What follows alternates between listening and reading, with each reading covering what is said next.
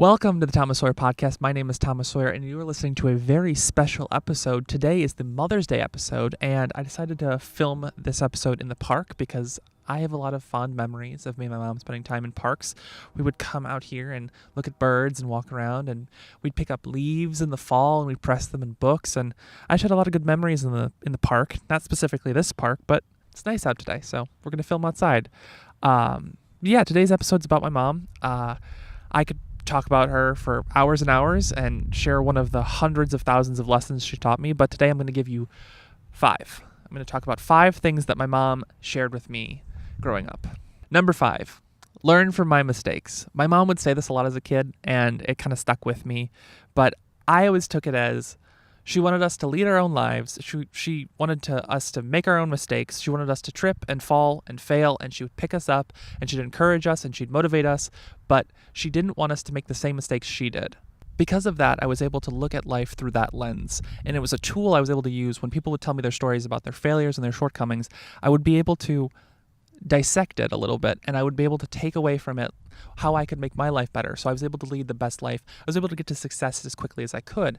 And so it was a really useful tool for me, coming from such a little phrase that my mom used to say all the time. So I'm very thankful for her always saying, learn from my mistakes, because it taught me to learn from everyone's mistakes, but also to go out and make my own. Number 4, if it's not broke, don't fix it. This one sticks with me. It's one of the many phrases I've adopted from her. I tend to be a very routine type of person. I prefer to keep things the same. I believe that it's my ability to work with the tools that I have to do the things that I do, whether or not they're supposed to be used that way, stems from this. It's helped me lead a more frugal life. It's helped me lead a more minimalist life, and it's made me a better person. It's made me thankful for what I have, and I don't have to go out and get the new shiny things every time something new comes out. And I really can appreciate that. And it's another one of those things where it's one of those little phrases that probably didn't mean a whole lot when she started saying it, and it probably doesn't mean a whole lot now, but it was very instrumental in crafting who I am. So number 3 is a 2-parter. And they're both about work and work ethic. I couldn't decide which one I liked better, and so I'm going to tell you both of them. But the first part is get your foot in the door. My mom would always say, get your foot in the door. You need to get your foot in the door. And I didn't understand that as a kid. And so at the age of 13, 14, I got my first job. I was a custodian. I would clean toilets and mow the lawn, and I hated it. I wanted to quit after 20 minutes. And after 2 months, I was really done. And my mom's like, no, this is a good opportunity. Get your foot in the door. I didn't understand what that meant. I just kept fighting her, and she kept insisting. And so after I was there for about 6 years, I got a job working full-time right out of high school doing video work. And I wouldn't have got that job had I not gotten my foot in the door. And so I finally understood that, and I was able to apply that when I was going to build my business. And that actually ties into the second part, which is don't quit a job until you have another. My mom was a big advocate for making sure that you always had some type of money coming in. You always had work.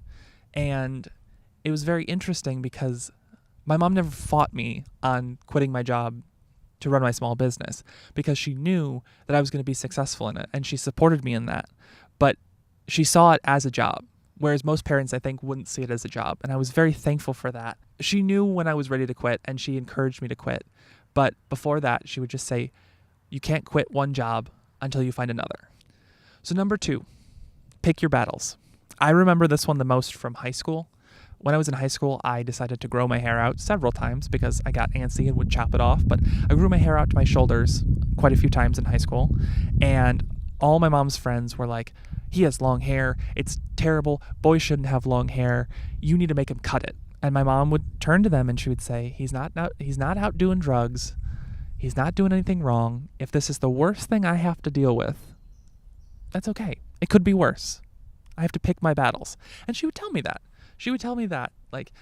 She wasn't happy with my choice, but she picked her battle.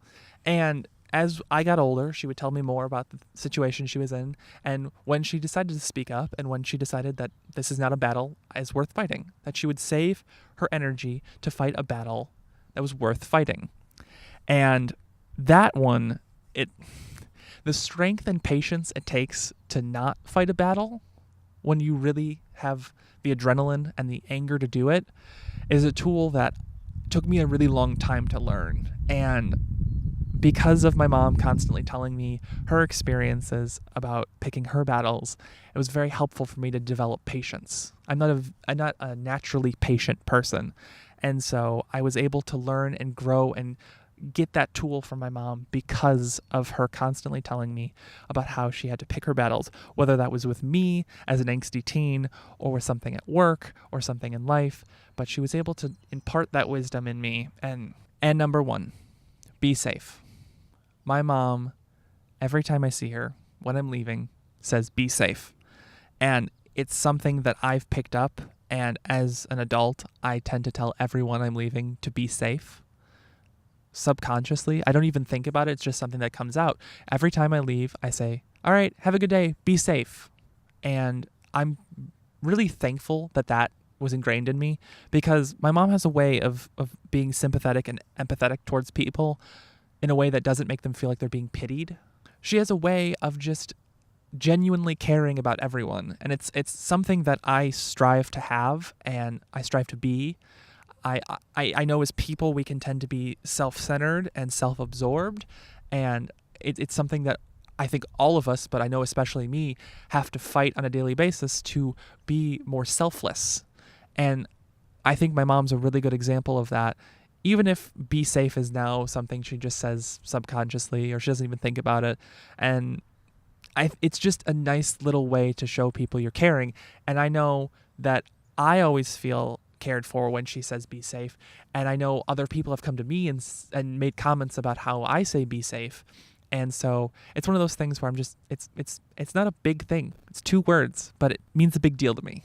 Mom, I know you're listening, because you listen to all these, because you're super encouraging, and just know that I'm very thankful for you, and I truly appreciate all that you've done for me and all the sacrifices you've made for me. And I appreciate your work ethic and your ability to instill positive tools into me and to make me a better human. And I know that I wouldn't be where I am in life, and I probably wouldn't even be alive if I wasn't for you. So thank you for all that you've done, and thank you for all that you continue to do. All right, guys. We will be back next week with a new episode. I'm not sure who's going to be on. It's going to be an interview episode, but we'll be back next week, and I hope to see you in that episode. Thanks.